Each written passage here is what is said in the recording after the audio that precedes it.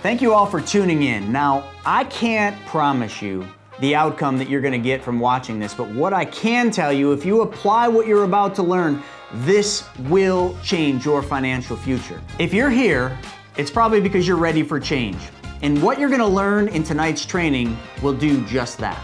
So if taking back control of your money isn't enough to keep you glued to this screen for the next 90 minutes, I think it's time to reassess your priorities. And tonight, we've got a special guest. My good friend Brian is gonna be doing the training, and here's what you can expect to learn. Number one, you're gonna learn how to take back control of your money. And you're gonna do that by learning how to be the bank. Number two, you're gonna learn how to build wealth through your own debts and expenses. And you can do that without working harder, without working longer, and without taking on any additional risk. And number three, you're gonna learn how to get all the money back for every single car you will ever buy, drive, and own. That's exactly what you're gonna learn in tonight's training, so get ready, get set, let's go. Take back control. Tuesday night. Tuesday?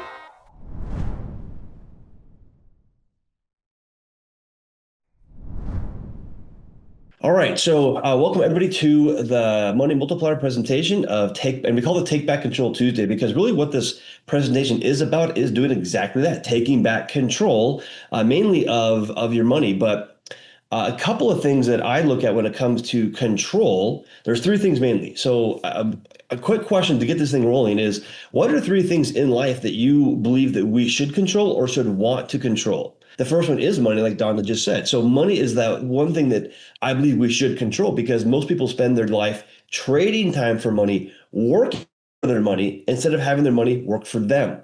So that's really what we're going to be talking about, is how do you get your money working for you instead of always trading time for money, working for your money. But the second thing that most of us want to control as well is going to be the time. Now, for me, time is my biggest thing. I like to control time. Money, yes, but time is my biggest one. But before you control the time, what do you got to control first? So in reality, most times you have to control money first, and then you can control time. But there's one thing above all else that I truly believe that you should control before money and time, because if you don't control this one thing, you're going to give control of money and time to somebody else. And that third thing, it's your mindset, it's your knowledge. It's the things that you've brought in, your subconscious programming, your conscious thoughts. That is one thing you have to control, because if you don't control the way that you think about money, if you don't control the way you think about time, then you're not going to control those things. So you've got to control your mindset first. So a lot of what we're going to be going through in this presentation is the mindset side of things, the knowledge side of what we're going to be talking about, because I want you to understand this concept, this strategy, so that you can control these three things in your life and truly change your life. All right, so before we get into it, I want to share this quote by Will Rogers, and it says, "The problem in America isn't so much what people don't know, it's what they think they know that just isn't so." And so once again, keep an open mind, because as we go through this presentation, you're going to understand that we're taught certain things about money that might just not be true, and I'm going to challenge the way you think about money and how it works. Now, I want you to envision this. This is kind of a very interesting thing. So let's just say that you take 100 18-year-old kids, and you put them into a room, and you ask each one of these 18-year-old kids, all 100 of them, where do you think you'll be at the age of retirement? Let's say age 65, okay? Do you think they're going to be saying, I'm going to be poor? No, they're going to say, hey, I'm going to be successful, I'm going to be wealthy, I'm going to be rich, I'll be financially free. If you fast forward to age 65, only 5% or 5 out of 100 of those kids will be financially secure at the age of retirement. That's crazy. We live in America, North America, one of the wealthiest countries in the world, yet only 5 out of 100 people are going to be financially secure, not free, by the way, at the age of retirement. And that stat comes from the Social Security Administration. Now, you guys don't know who I am, so really quick, who's Brian Fouts? Who am I? So I followed that traditional path in life, went to college, got a degree in construction management, which I don't use anymore, by the way. I call this path the hard way, raise lower income, followed the traditional path, went to school, got a degree, got a job, saved into a 401k, was doing everything I was told to do, had the house and the growing family. I call it the American nightmare. I was told I had the American dream, but I was not having fun. I was massively in debt, just not enjoying my career. And my net worth, I found out, was negative. So I had no financial literacy. I picked up this magazine at a doctor's office and was reading an article about Millionaire, something like that. And it said that millionaires know their net worth, but everybody else doesn't. And I realized, oh, I don't know. And so I did the math. I was a negative amount of money. I was like, what the heck is going on here? This does not make any sense. And so I decided to change. And so, real quick, like my grandfather, who worked all the way up until his late 60s to save for retirement, he ended up getting sick. He retired, by the way, and accomplished that and was able to travel for a bit for a couple of years with his wife, my grandmother. But then he got sick. He got Parkinson's, he got leukemia, and he passed away. Never really living that life in retirement that he thought he was going to have, thought that he'd earned. And so one of his biggest kind of last thing he ever said to me was, do something different now if you want something different. Don't wait. And the don't wait was the big one. So I actually left that career, got into real estate investing, private funds, private lending, raised private capital for big real estate projects. What else did I do? I owned a financial literacy and education business, was fortunate to work with like a lot of Robert Kiyosaki's personal advisors. And I started teaching this kind of stuff, started learning about infinite banking in about 2016. And that led me to growing some pretty fun businesses in the middle of COVID, by the way. So this is one of my businesses, because anybody can say anything on the internet, but this is one of my businesses in the middle of COVID. It was 2021. Did over 2 million in revenue in just that 1 year alone.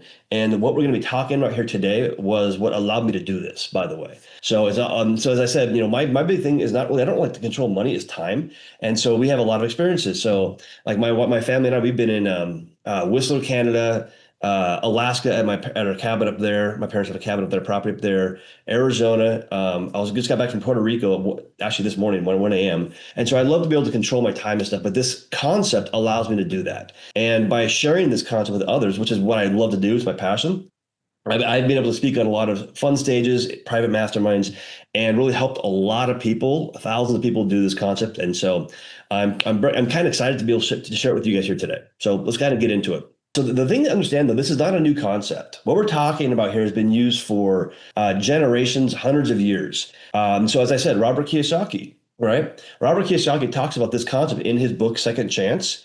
And I've worked with a lot of his advisors. They were actually my advisors in one of my businesses. So I learned a lot of stuff from them, this being one of them, this concept. Tony Robbins, I've been to quite a few of his events. He talks about it in his book, Money Master the Game. It's a great book, by the way. And then, of course, the Bible of this concept, Becoming Your Own Banker, Unlocking the Infinite Banking Concept by R. Nelson Nash. He's really the one that unlocked this for a lot of people, but he talks about it. I recommend that book first, by the way, and then there's some other books I do recommend. Chris Naugle, Brett Kessler, I was actually with both of them this weekend. They're my friends and mentors. They have a book called Mapping Out the Millionaire Mystery, which I do recommend. It's a great book as well. And then the Private Money Guide by Chris Naugle as well talks about how you can use this concept with private lending to really build wealth. So I definitely recommend that. And by the way, for those of you that are new, I do have the bottom two books via PDF. I'll give you my email and my link here later on in the presentation.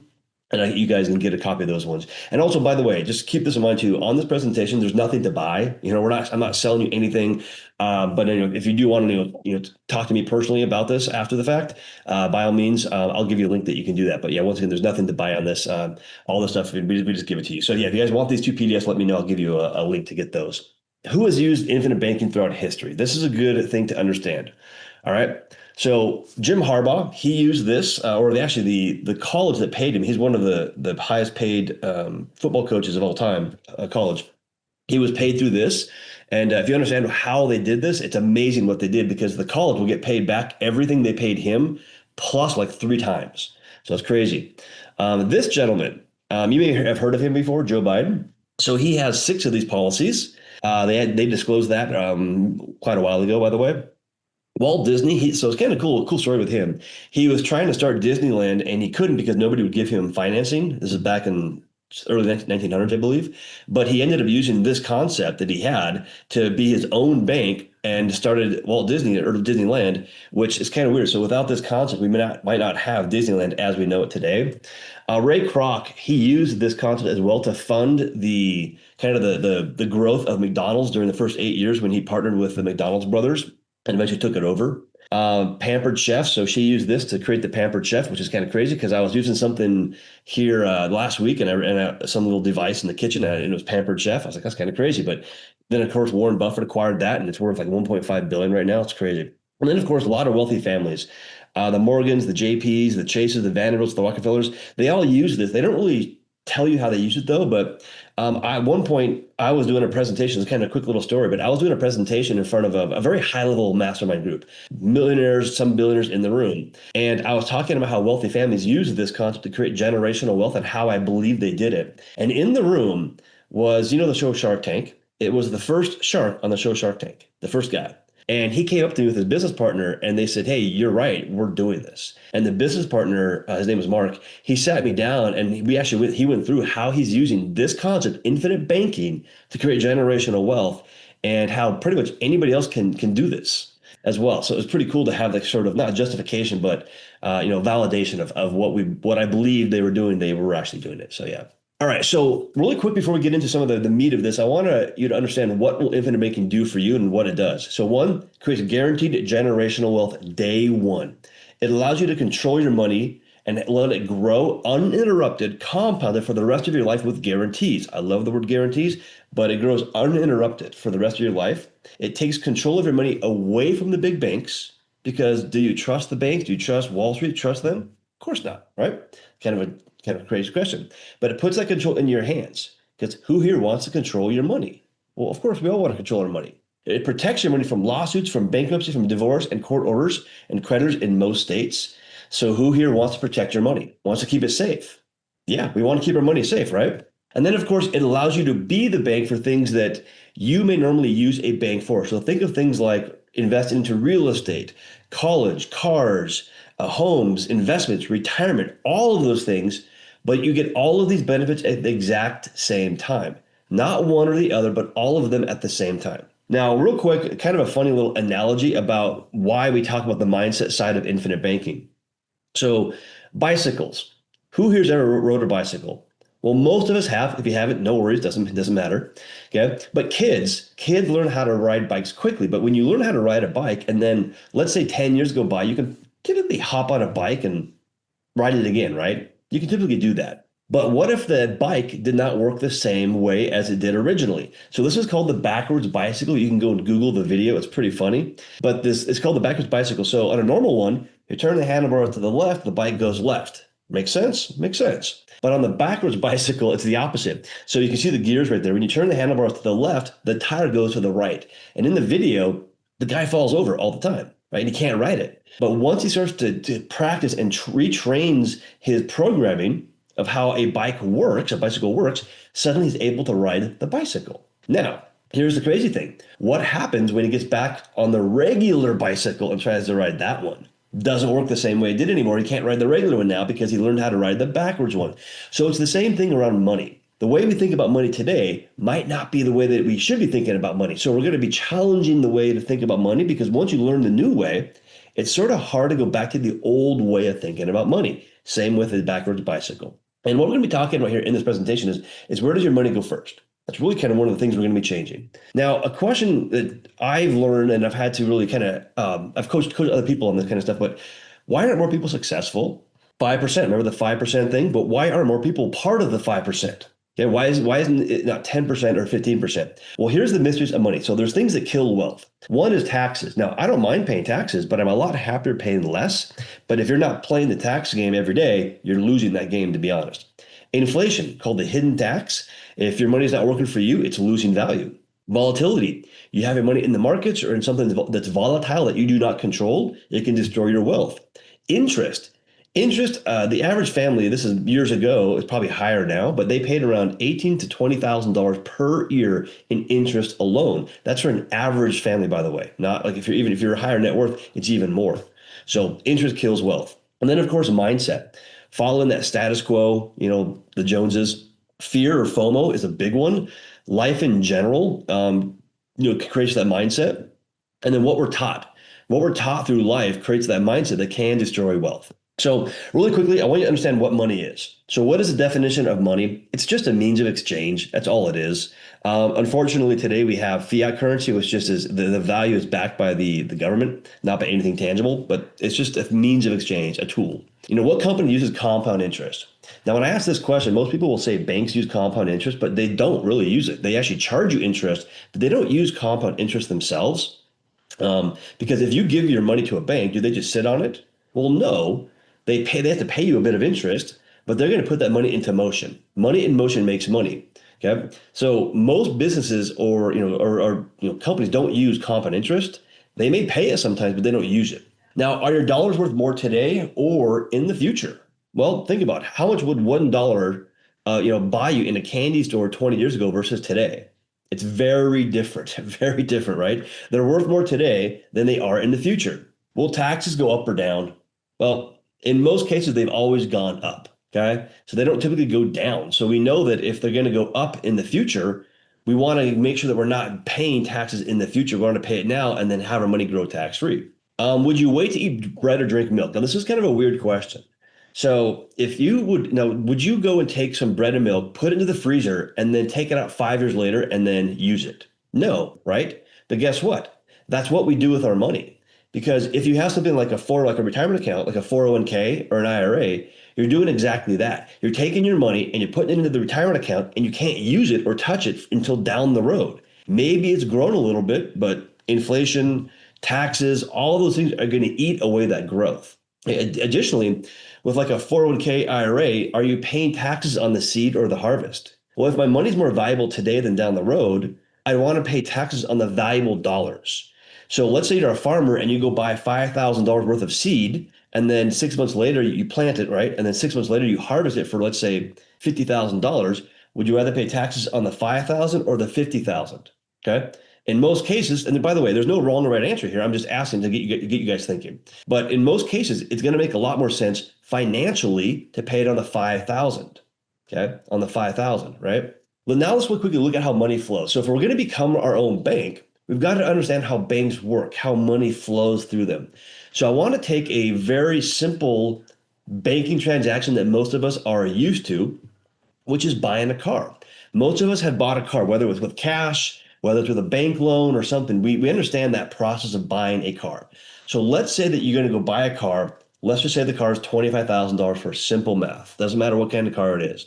And let's say that at your local bank, you have $25,000 of cash in that local bank. So what do you get to go do? You're going to go to the bank and Mr. Banker and say, hey, Mr. Banker, I'm going to take my $25,000 out to go buy a car. But the banker says, hold on a sec here. What if instead of you taking the money out of the bank, I pay you 4% on the money and give you a loan of $25,000? Okay. So the banker says, I'll give you 4% on your money and I'll give you a loan of 6%, 60-month duration. So that's five-year note. Okay. So most people look at this and they say, wait a second, I'm only earning 4%, but I'm paying 6%. That doesn't make any sense. Well, let's do the math here. And if you're wondering why would the bank pay you 4% but charge you 6%, that seems like it would make them more money, but we'll get into that here in a moment. Okay, what's the math telling us here? Well, the monthly payments on the car note is going to be $483 per month. The total future payments added up is going to be $28,999, so $29,000. I'm rounding up $1. So that's how much you're going to pay on that car note. All right, now that's a simple interest note, but you've got 4% in the bank. $25,000 earning 4% in the bank. That's compounding. So what is the future value of the money you're earning in the bank going to be? It's going to be $30,525, which means you made $1,526 inside this strategy here. Why is that? Well, because you're paying 6%, but that's a decreasing balance. So as the balance goes down, you're going to be incurring 6% interest on a decreasing balance. But on the 4% note, you're earning 4% on an increasing balance. So it's going up all the time. So eventually, you're going to make more money earning 4% while paying 6% on the same value of money. Now, somebody might say, well, Brian, but that doesn't make any sense because if I paid cash, I'd have no payments. That does make sense, though, because here's the thing. If you took $25,000 out of your bank, and you had saved that money up over 5 years, would you want to save up again to have that cash back? Yes, you would. So maybe you would go and save $500 or $400 per month into your bank account to replenish your savings account that you just drained by paying cash for the car. So in reality, if you understand that concept right there, your cash flow is not different. It doesn't change, except when you take the loan, you actually make money. You actually make money. So here's the three things we're going to be talking about here in the next few minutes. So one is the money multiplier method. So the first one is the machine. What is the machine that allows the infinite banking concept to function and work for you? Number two is the marathon. So building wealth is not a sprint in most cases. It's a marathon. So infinite banking, it has very short-term benefits and long-term as well. So we're going to talk about that. And then, of course, the last one, everybody's favorite topic, the millionaire. How do you build wealth and even generational wealth with this concept of the infinite banking concept? All right, so what is the machine that allows infinite banking to function? So what I want you to envision is that infinite banking concept is like a car. A car has wheels, tires, brakes, windshield, hopefully, mirrors, radio, all the kind of stuff. But what does that car need to go down the road? It needs an engine. Okay. And the engine in this concept is a dividend paying permanent whole life insurance policy, specially designed, by the way, from a mutual insurance company, of which there are only a handful that really do this very well. The engine is just the policy, which we'll talk about, but how you use the policy or drive the car is what makes this concept work. Now, you might say, well, Brian, why life insurance? I mean, who really uses life insurance? Well, one, everybody should have life insurance. Most people have that need. Most people don't have as much as they probably need. But a lot of companies and wealthy people have been doing this for a long time. In fact, guess who the biggest buyer of these kinds of whole life policies are that exist? Okay.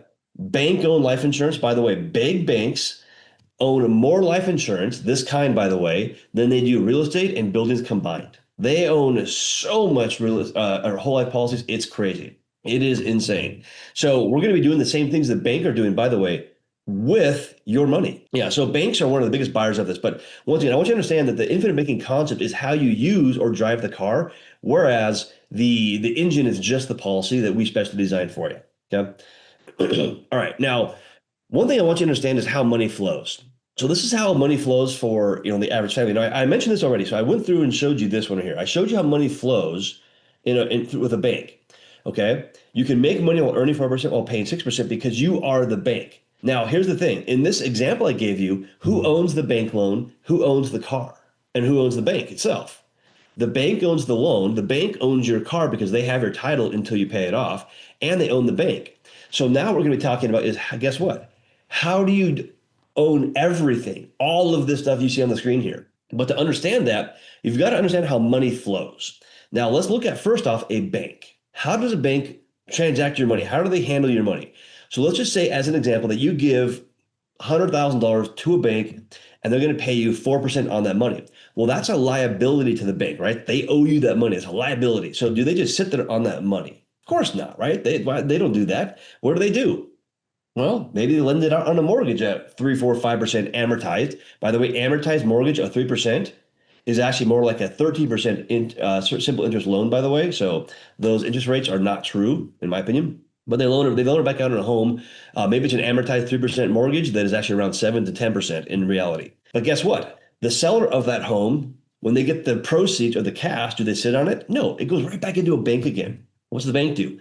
Lends it back out on a car loan, maybe 8%. What's the car company do? Puts it right back into the bank again, and so forth.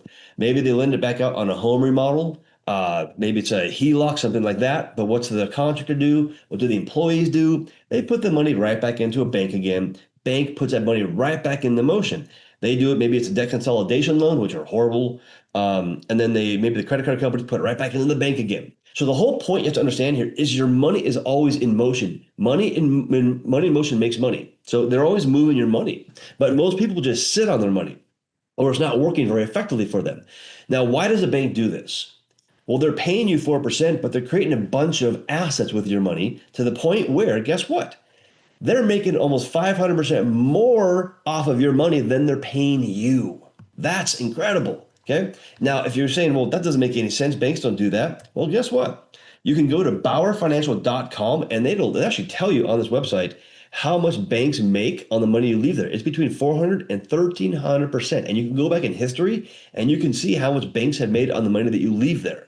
So now also keep this in mind. When you go and get a bank loan, like I showed you, all those bank loans, those are all being based upon your credit report. You've got to get qualified for them. They ding your credit score when you go get that loan because they do a credit pull, all that kind of stuff. But guess what? If you are your own bank, you don't have to do that. You're guaranteed to get that money. So we'll talk about that here in a moment. So there you go. Now, also to understand how money flows, you got to also understand the annual pattern of how most people spend their money. So let's kind of go through that really quickly. So this is like the average household here in the United States and how they spend money. So let's say a dollar comes into your house, into your hands every single month or week or whatever it is. Well, here's the numbers. So on average, 20 cents of every dollar goes to automobiles, food or gas, upkeep, payments, all that kind of stuff. 30 cents of every dollar goes to housing, rent, mortgage, fixing it up, that kind of stuff. And then 40 cents of every dollar goes to everything else. Think of like travel, entertainment, food, clothing, all that kind of stuff. So that's 90 cents. So in reality, 90 cents of every dollar that comes into your hands goes out to somebody else, and only around 10% goes to savings. That's kind of crazy. Okay. And by the way, that fluctuates.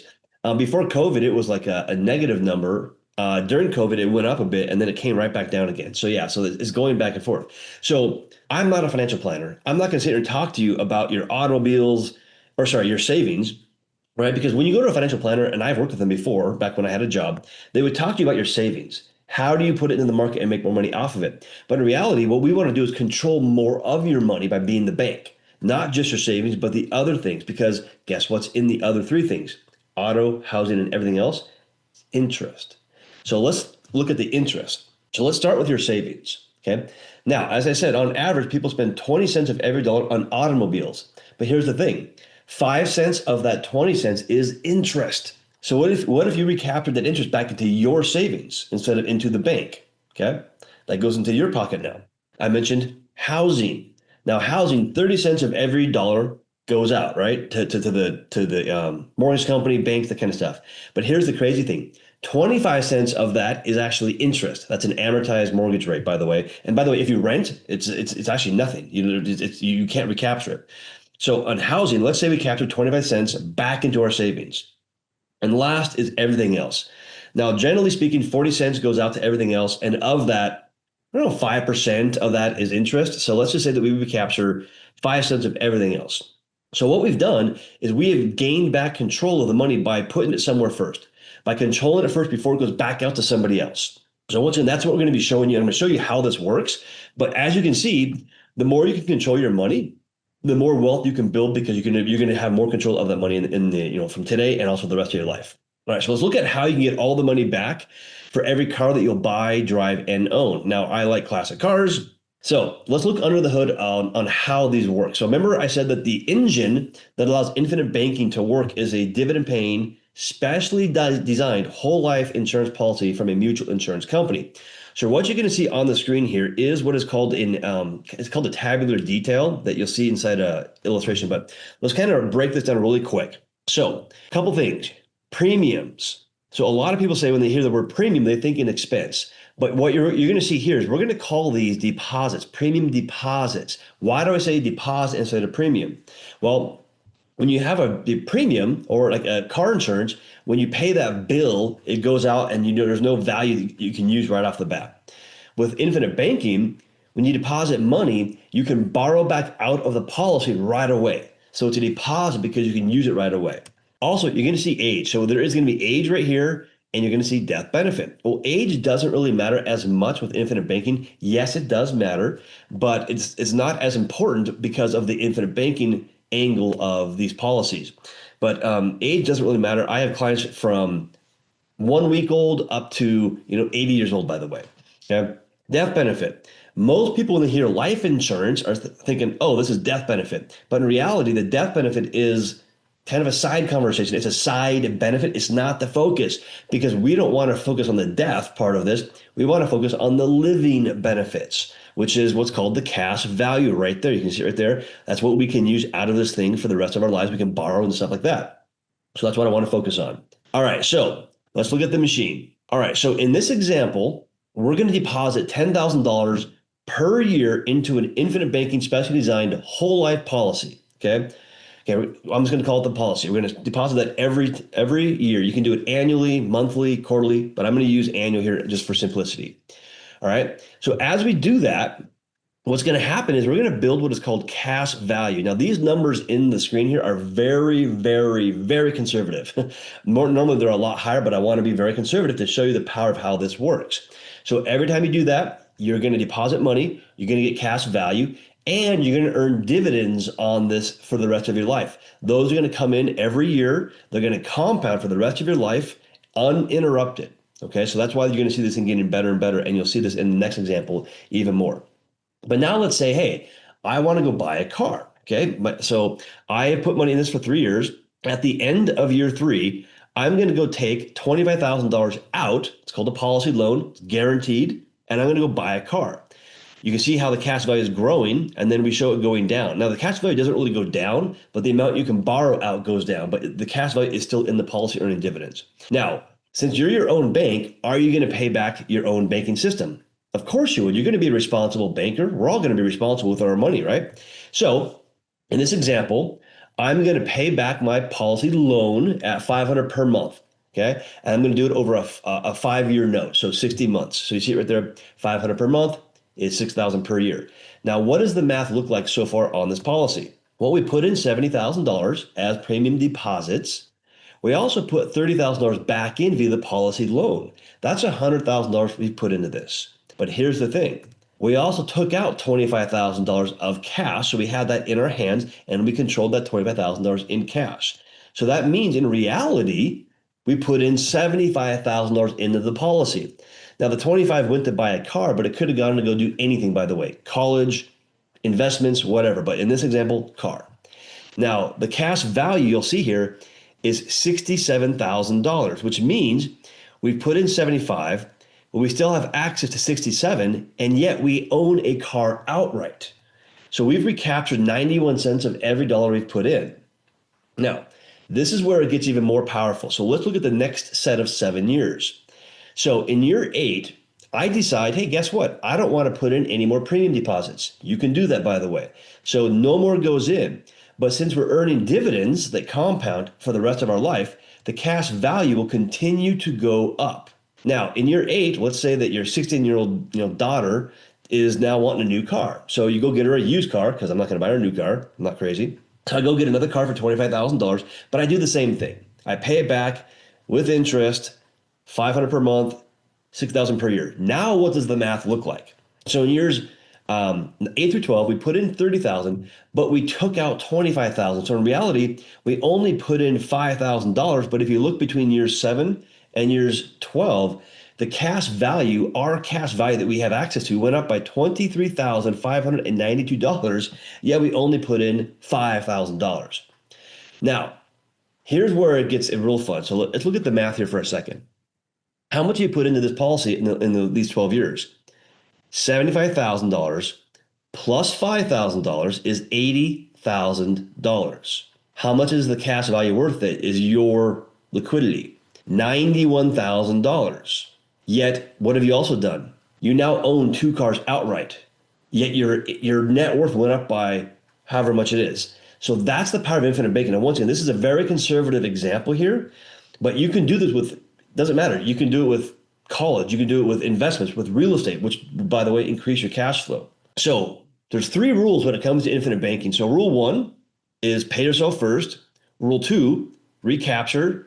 And the 3-1 is put it to work. So what are those rules? So 1 is pay yourself first. So that means that pay your banking policy first. So deposit your money into the policy first. Rule 2 is pay yourself with interest. Be a responsible banker. Recapture that money back through it. And then guess what? Recycle and recapture all of your money. So as you're doing this, pay yourself with interest, but recapture your money first. So if you're going to go use, go get a loan or go do something out in your life, be your own bank first, because that's going to allow you to recapture and recycle that money through this thing and build wealth at the same time. Now, if this works for a car, what else can it work for? So obviously investing, but one of the more common things that a lot of people use infinite banking for is actually reducing and paying off bad debt. Because, and here, this is my personal opinion. So when it comes to, hey, I want to build wealth, right? What are the 2 steps?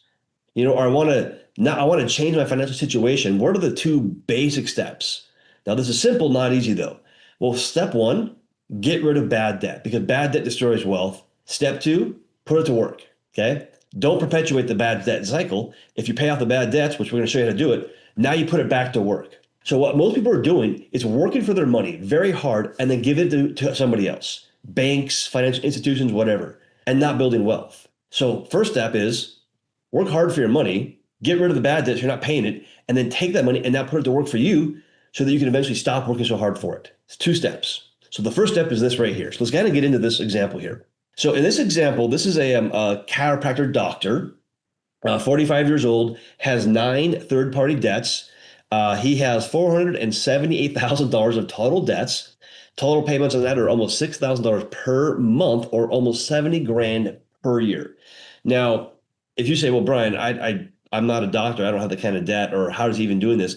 Well, this is a high cash flow person, but it's kind of fun to look at this one because you'll see how fast it happens.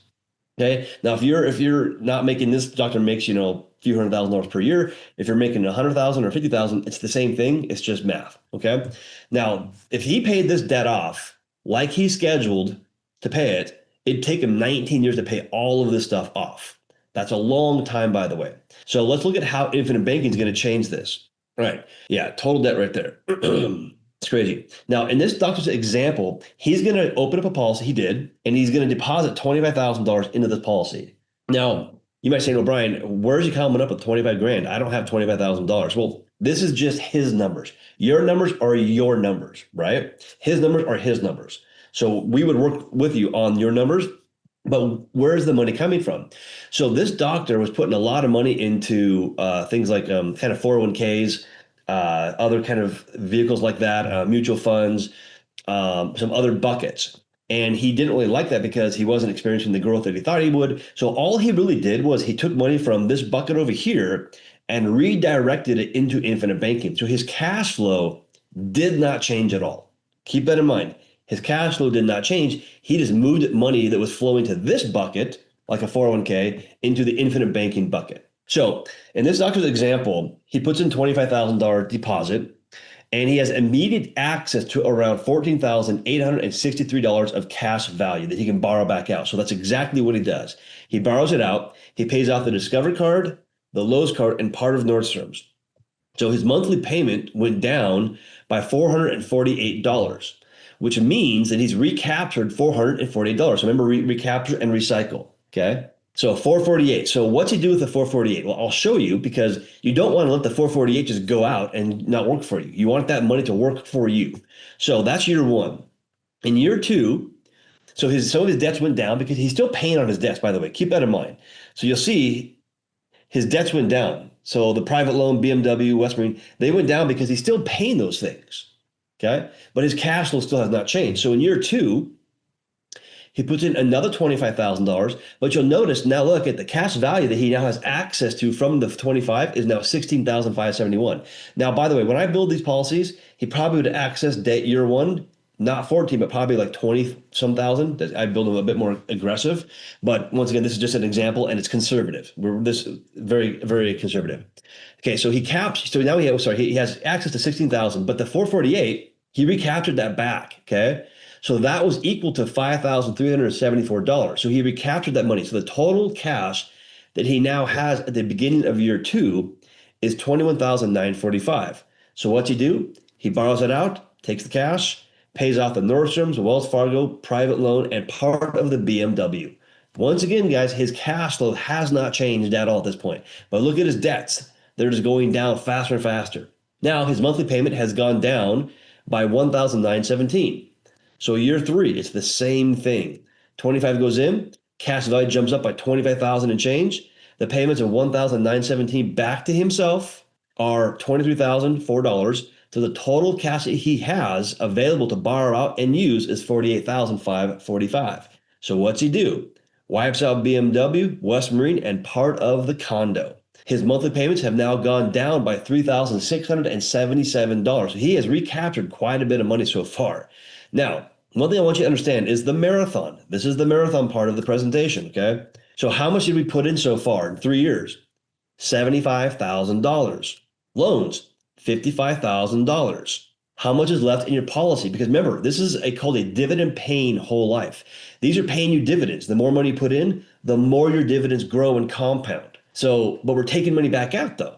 So how much is left in your policy earning those dividends or earning you the returns? Is it $20,000 because you've taken out 75? Or is it, as Raul said, $75,000? Now, granted, there's some math inside there, but generally speaking, you're still earning the same dividends even if you borrow the money or not. So that is pretty incredible. Your money's growing even though you borrow the money back out, but you're paying down debt and using that money while earning the same dividends. It's pretty amazing that you can do this. So now in year 4, puts in 25, cash value goes up by 26,304. The payments are 3,677 back to himself is 44,000 and change. So now the total cash is 70 grand that he has available to borrow out and use. So he does that. He borrows it back out, pays off a big chunk of the condo. But here's the thing. Because the condo is amortized loan, when you pay it down, the principal, your payments don't change. So the monthly payments over here are the same. That doesn't change. So now in year 5, so what happens? 25 goes in, cash value goes up by $27,090. The payments back to himself are the same, 44,000 and change. Total cash is $71,000. So what's he do? Now he wipes out the condo and a big chunk of the house. Okay. Monthly payments have dropped down by $4,556. Pretty cool. All right, so let's go to year 6. Now in year 6, here's what happens. So this is kind of a cool thing you can do with infinite banking. So the first policy, he reduces the premium from $25,000 down to $10,000. So he does that. You have that option. So he does this. But the cash value, you'll see it right here. The cash value in that first policy, he put in 10, but it went up by $13,000 and change. So it went up by more than he put into it still. So he's actually cash on cash positive, which is awesome. Then he opens up a second exact policy. Now, once again, if I was to do this policy today, it would be the cash value year 1 would be like probably 18 to 21,000. But once again, being conservative. So on his second policy now, he gets that $14,000 of cash value available immediately. So what does the math look like? Well, the payments back to himself, the $4,556 you see down here, equals $54,678, so $54,000. Total cash is $82,000. Well, the house mortgage is only $76,000. So what does he do? Well, he borrows that back out, wipes out the house. He's recaptured all of his monthly payments. This is the end. This is the beginning of year 6, by the way. Okay. So now the question is, well, wait a second, Brian, I've been borrowing from my policy. So I have policy loans, right? But you haven't talked about paying those back. And that's what Starby's talking about. Well, now that you've done all of this, you've recaptured all of this high interest debt into a low interest environment. Now you take your monthly payments and year 6 and part of year 7, you pay back your policy loan. So at the end of, middle of year 7, end of year 7, you paid back all your policy loans. You're 100% debt free.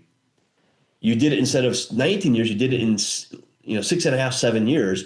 And you have multiple 6 figures of cash value in your policy that you can now go put to work to create cash flow in investments, real estate deals, your business, whatever it is, and start really building wealth. That was a lot of math I just did on the screen right there. How do you do that? How did the doctor do that? Well, I couldn't tell you because it's a lot of math. So we have software that does it for you. So if debt is something you want to get rid of and you want to look at this kind of a concept, we have something called the Debt Blaster that actually maps it out so that you don't have to think about, hey, what debt do I pay off, how much, etc. We have the math right there. In fact, we do this. I'm doing this here probably August now. I was trying to do it in July, but now it's going to be definitely August. I'm going to do the exact same thing with one of my new policies. So we do this. And we do a lot of other things too, by the way. So we have what's called an implementation team or mapping team that helps you use the policy how you want to. So they'll help you use it, put it to place, map it out for you, all that kind of stuff. So keep that in mind. So we're kind of like your guides on how this works, and we don't charge for that. There's no fees, nothing like that. But keep that in mind. All right. So now I want to talk really quickly about the Millionaire. So one question I get is, well, Brian, what if I have no bad debt? What if I don't need a new car? What if can I still benefit from privatized banking? Should I still do this? Absolutely, because once you get, as I said, step 1, get rid of that stuff, and then step 2 is then using it to create wealth. 1, don't use banks for things like buying cars unless it makes sense, but put that money to work. So now this is when it gets a lot of fun because this is where you build that legacy and build wealth. So here are things that people use infinite banking for, and we can help you use some of these, but this is a lot of things people do. So active real estate investors, wholesalers, flippers, I've done all that. Commercial property, so apartments and mobile homes, private lending, so real estate, lending, private funds. We got people on the call right now that do that. Business owners, I do have some people that do stocks and options traders. I've done day trading, but I don't do that. Startups, I have a lot of clients that use this to start up a new business, and then even equipment flipping. So we've got people that do equipment flipping, all that kind of stuff. So these are lots of things you can do. So once you get rid of that bad debt, you don't need the cars. Here's the other things that you can start putting this money to work. So what I want to do next, I want to give you an example of what it looks like to use infinite banking for something like private lending. So being the bank for private lending. So in this example, this is what's called a tabular detail. So this is what's called a tabular detail. Now you're going to see cash value columns and some other columns, all that kind of stuff. But I'm going to point out which ones we focus on. But let's look at the first column here, which is your deposit, your premium deposit. Okay, in this example, you'll see $150,000 in year one. Why $150,000? Well, this person is putting in a $50,000 premium. Once again, this is just their numbers. So that they're depositing every year for however long they want. They're doing it for 10 years, $50,000. But they're going to do what's called a lump sum dumping, where they can put in a large amount in at the beginning of the policy.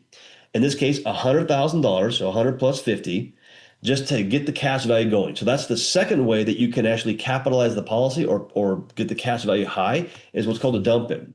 Now, this person, let's just look at year 8. Okay, so this money is growing. So you're going to see the cash value year over year. But I'm going to go to year 8 to show you how this thing can be very powerful, but sometimes it takes some time to be even more powerful. So in this example, in year 8, the cash value grew by $66,722. But get what? He only put in $48,000 in the policy. So the person put in $48,000, but it grew by $66,000. That's a cash on cash return of 37%. So who here would like to have a 37% cash on cash return on your money? Now, let's look at it with your private lending. Okay. So let's say you're going to private lend, you're going to lend out at 12%, right? So 12%. So that's a typical private, loan rate. So 12%, but you're also earning 37% already on the money. Now, let's say your loan that you're borrowing from the policy is 5%. Okay. That means you're earning a cash on cash return of 44% on the money put in that year. So the question is, in this example, we did nothing different other than where the money went first. We went into the policy first, then he went and lent it out, because guess what? If this person private lent the money with no policy, he'd make 12%. But because he's had the policy and it's grown over the years, he's now making 44% by being his own banker. The millionaire. So the question when it comes to the millionaire method that we talk about is, how do you eat an elephant, right? We've all heard this. It's one bite at a time. And the last thing I always mention is that the man at the top of the mountain didn't get there by just falling down, right? He took one step at a time to get up the mountain. And so a lot of people will just they'll circle the mountain. They'll keep going around and around and around the mountain. And they look up at the guy at the very top and say, I want to be there, but I don't want to climb the mountain. That sounds like a lot of work. Well, guess what? That's how he got there. It's just one step at a time. One step equals another and another. And eventually, guess what? You'll find yourself at the top of the mountain. So there you go. All right. Is it possible to owe no man nothing? I believe so. But generally speaking, the machine, infinite banking, it works for debts and expenses. But also, I showed you a bunch of other things. Vacations, homes, taxes, by the way. Yeah. And Jock, by the way, yeah, if you're lending and try and always be first lien position, yeah, banks will typically only do a mortgage in first lien position because that is the safest way to be non-risky.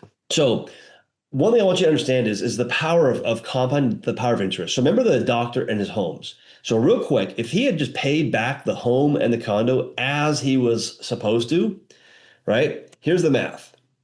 He would have paid $493,000 out of pocket to the lenders, to the banks. Okay. Now, if he, let's just say, was the bank and was doing it at 4% and he was paying himself back, here's the math. He would have had $749,000 that he had recaptured of wealth back into his pocket. So he pays $493 or has $749,000 of wealth. That's a swing, by the way, of 7 figures. So, but that's just time though. I'm looking at, 224 months. That's a long time, but that's the power of how being the bank and controlling your money can change your financial life. It's incredible. All right. So now that you know this, everybody should do this. I believe that if you think this is valuable, by the way, share this presentation, share this with other people, because that's to me how we make a difference in the world around us, is by just sharing this. Because honestly, I believe everybody should control their money. You should understand how money should work. You should control it. And unfortunately, most people don't understand that. And we spend our time trading money or time for money, not building wealth.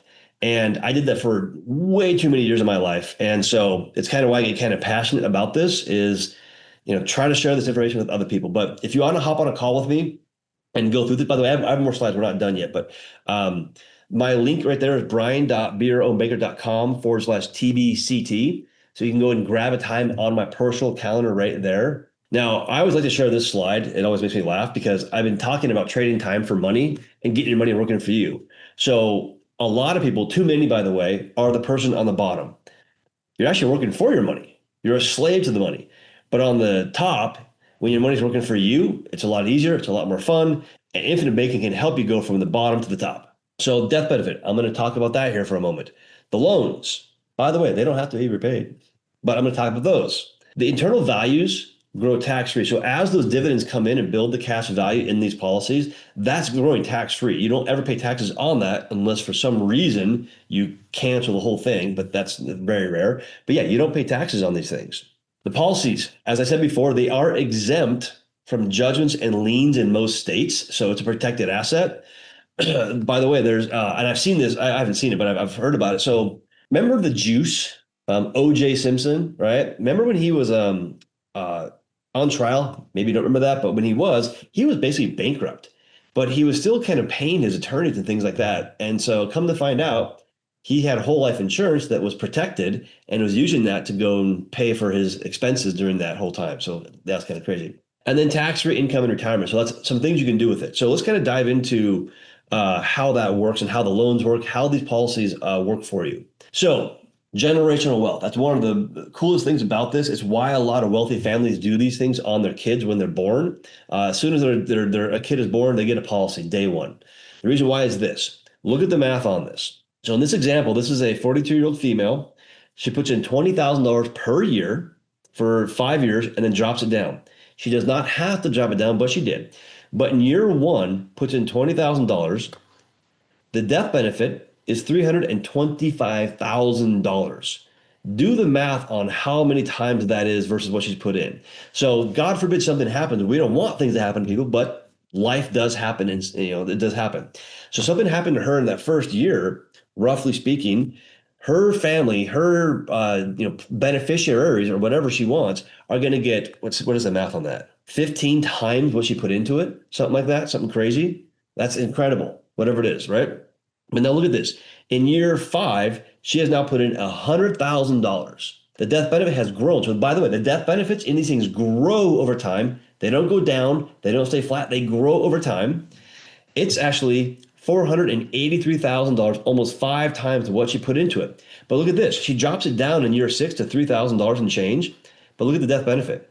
It keeps going up, and by a lot more than she's putting into it, by the way. By the way, the cash value goes up by a lot more she's putting in as well. So that's generational wealth, tax-free guaranteed, because the death benefits, by the way, are not taxable and they are guaranteed. These companies have never not paid a death benefit. All right, let's talk about policy loans really quick. So policy loans are guaranteed, by the way. So if you have cash value inside the policy, your deposits are current, your loans are guaranteed. We've never heard of a company not paying not providing a loan. But there's no credit check, there's no approval, just ask and you shall receive. The other things about these loans is they are private. They do not go on your credit report. So remember the doctor, remember how we were paying down his debts? Well, the debts were being moved from the credit card companies and the banks into his policy. That's what was really happening. But they were also coming off of his credit report every single payment he did on the debts. So he was actually moving them into his loan, his policy loan, but they're coming off of his credit report, which means his credit or his borrowing ability was going up, by the way, and his credit score was also going up. There's no minimum or maximum payments. You are in control. So on the policy loans, there is no required payment on them. That's kind of cool. Yeah, you are the one in control. So if you miss a payment on a loan, Well, once again, you choose what that payment is. Nothing happens if you don't make a payment on this month. If you make no payment in 12 months, nothing happens. So you are the one in control. All right, next up, what I'll click is how can I fund my bank? That's another question I get quite a bit is how can I fund my bank? Monthly, quarterly, annually, semi-annually, and you can change that, by the way. What's the amount I can start with? Well, there's a range of what you can put in. The lower range is going to be 10 times your age per month. The higher range depends on your gross income. So anywhere from 15 to 25% of your gross income annually is what you can put into a policy. So if you make $100,000 per year, you can put in $25,000 per year. So that's around what, 1,800 per month, something like that, 1,900 per month. So that's the range of it. But I go through that with you on the call because I do the math for you. On top of premium deposits, you can also fund the policy with a large amount, which is called a dump in or a lump sum, where you put in a larger amount day one. And that funds the cash value very quick, very early. So how much goes to cash value? Well, right off the bat, 50 to 90% within 30 days. If you put in, let's say 10,000 per year, you put that in, 60 to 70% the cash value right off the bat. Let's say you put in a $30,000 lump sum dump in addition, 90% of that to cash value within 30 days, take it right back out, you're off to the races. So that's generally speaking, of course, your numbers are your own numbers, right? So question I always get is people say, well, Brian, why would I, put money here? Well, would you put $1 in to get $3 back out? So the longer these things are in place, the more and more that's going to happen. So I'm going to give you a quick example of a policy, just so you can see how some of these can work. This is a 32-year-old female putting in $10,000 annual premium and a $50,000 lump sum dumping. So you'll see it right here. $60,000 goes in year one.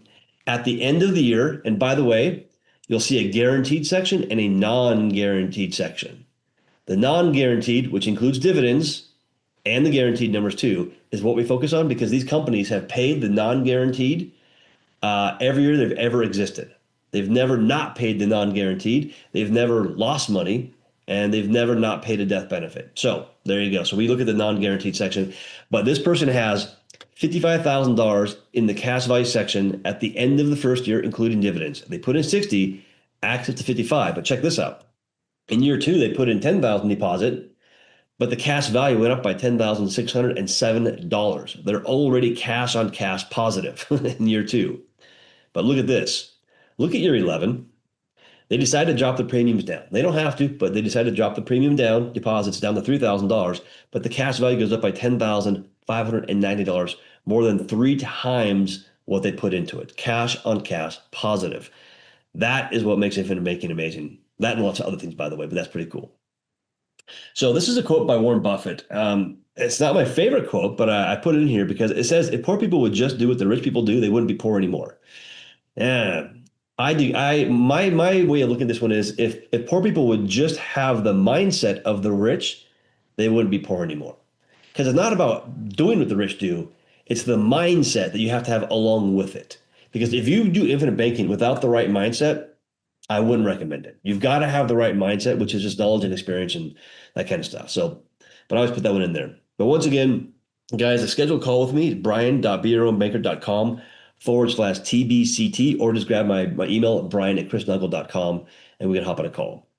So once again, for me, so I've been teaching infinite banking now for actually 2016 now. So it's actually 9 years now. I need to change that. So it's not actually 9 years I've been teaching it.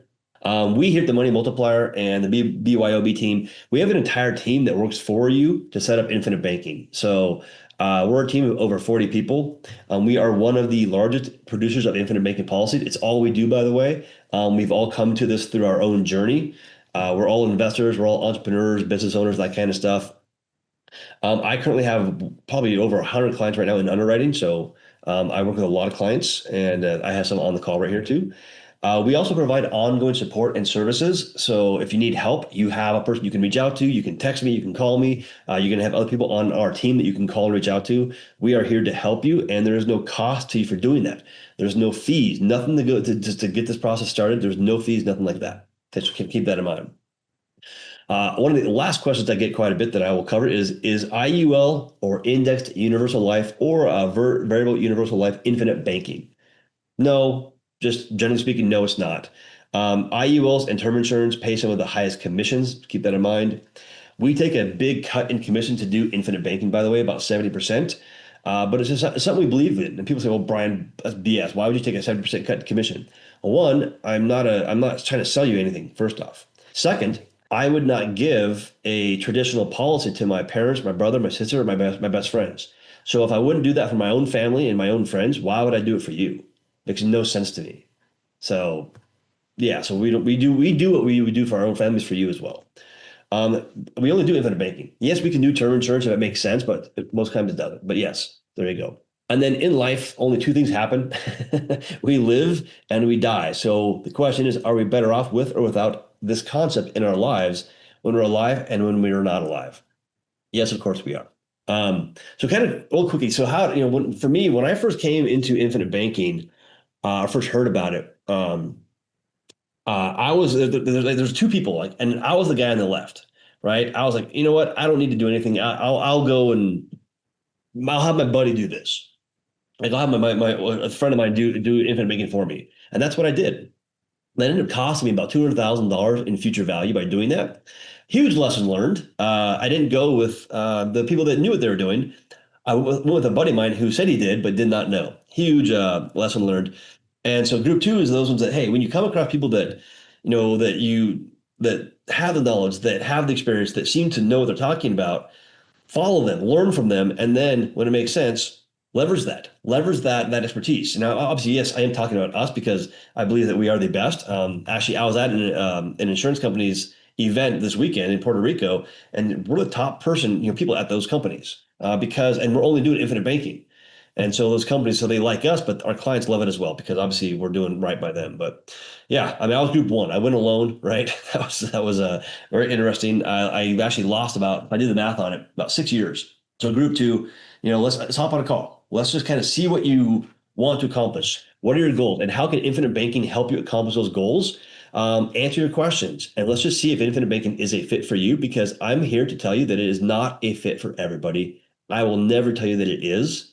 But let's see if it's a fit for you, because we estimate about 10% of the population can do it and should do it. Let's see if you're one of those people. So there you go. So I always like to end on this quote that I started at the beginning with. The problem in America isn't so much what people don't know, it's what people think they know that just ain't so.